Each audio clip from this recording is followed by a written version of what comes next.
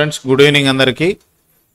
డిఎస్సికి సంబంధించి ఈ నెలలో జరగబోయే డిఎస్సికి సంబంధించి హాల్ టికెట్స్ అయితే అఫీషియల్గా అనౌన్స్ చేయడం జరిగింది. అఫీషియల్ వెబ్సైట్లో కూడా పెట్టడం జరిగింది పాఠశాల విద్యాశాఖ నుంచి.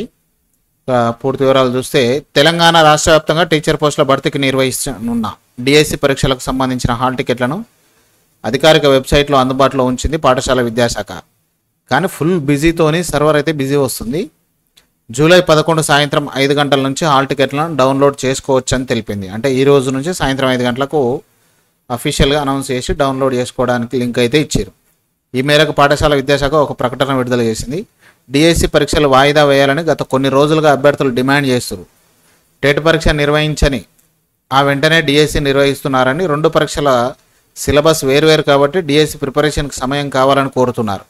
సోమవారం విద్యాశాఖ కార్యాలయాన్ని ముట్టడించారు. ఈ క్రమంలో తెలంగాణ విద్యాశాఖ జూలై 18 నుంచి ఆగస్టు 5 వరకు డిఎస్సి పరీక్షలు నిర్వహించేందుకు అన్ని ఏర్పాట్లు చేస్తుంది. ఇది సిబిటి మోడ్లో ఉంటుంది.